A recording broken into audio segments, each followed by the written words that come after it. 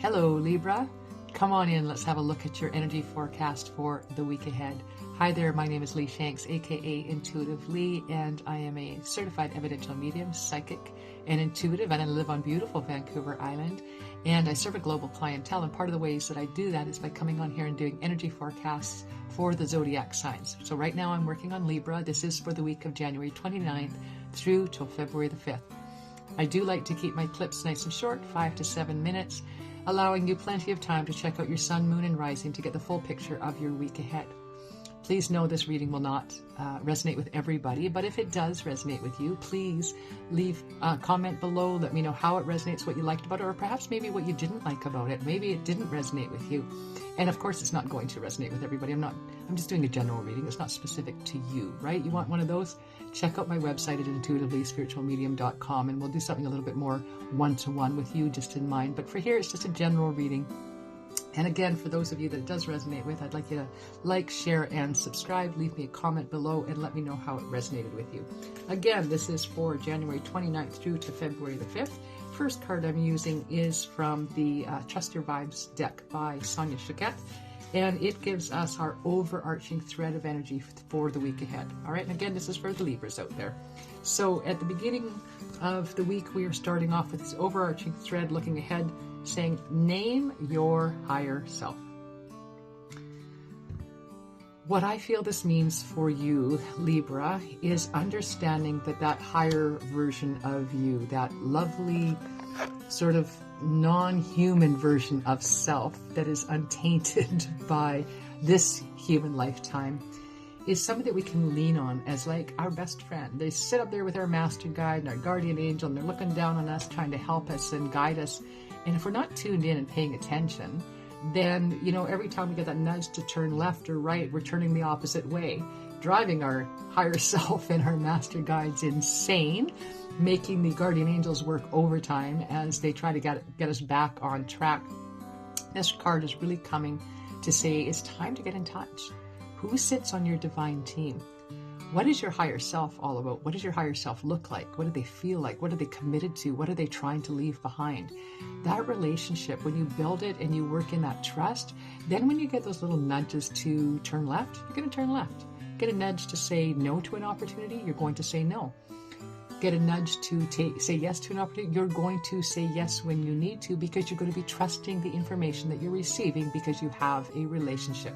All right, so I feel like this is all about your relationship with your divine team at this time, Libra. Now let's break down this week just a little bit more. For this, I am using the Shaman's Dream Oracle. And again, we're just going to break that week down further, understanding that our week ahead is really focused on trusting and working with our divine team. All right, now let's have a look-see here. Ooh, all right, so at the beginning of the week, we're looking at obstacles. We have a wall in front of us. And if you're not sure how to get over the wall, have a discussion with your divine team. Call them in. That's what they're there for. Help you, to guide you, to lift you, to give you the courage and energy that you need to face any challenges. And listen, this is my personal belief system. You call it Lee's crappy philosophy, if you will. But it's really about the fact that if we truly, and I believe we did, planned out this lifetime in order to take on certain lessons and enjoy certain rewards and all that other stuff, whatever we wrote our lifetime to be like, including all the hills and all the valleys, we never would have placed mountains in front of us if we didn't also pack along the tools that we needed to overcome those mountains, right?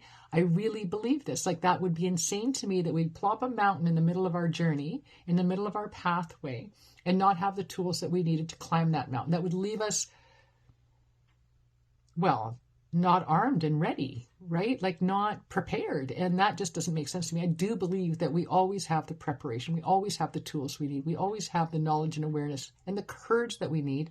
But sometimes we can't find it, and we need to be checking in with our team, right? Asking the team for clarity to guide us, lead us towards our hiking boots and our climbing ropes and our pickaxes and whatever else we need. Our divine team knows where we've got all that packed on us, and maybe we've forgotten, right? Great time to lean into your team and ask them, how do I get over this wall?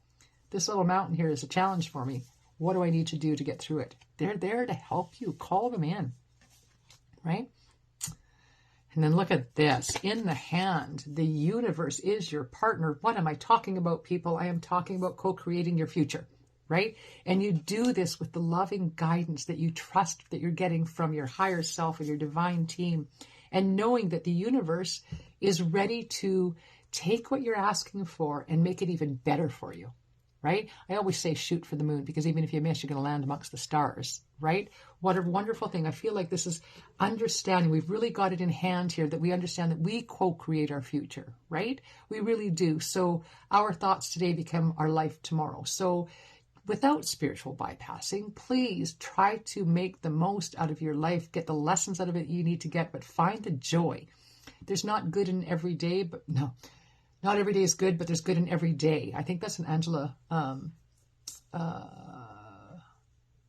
I can't remember who it was that did that. Anyways, forgive me for that. I've got a terrible memory. Those of you that know me know this. So again, we're working with the universe. We're co-creating our future. We're doing our best to think the positive life that we want to have tomorrow. And how are we wrapping up our week? By putting our egos to bed, people.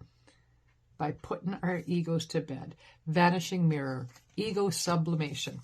And really, as a Leo, I get this. Sometimes we have to take that ego and we have to park it aside. Listen, I tell everybody, ego is like your best friend, right? Ego is what makes you get up and get dressed in the morning before you step out the door and head off to work, right? Ego wants you dressed and presentable and doesn't want the world thinking you're all weird, which they would think if you went to work naked, right?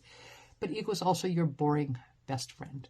They don't want you, your ego doesn't want you stepping beyond your comfort zone. They don't want you to put yourself out there where you can get looked at and judged and maybe found wanting. So your ego's like, no, don't do that. You stay here, right? But this is all about putting your ego to rest and stepping into life in a big way. All right? Allow for it. Blessed be. We'll see you next week.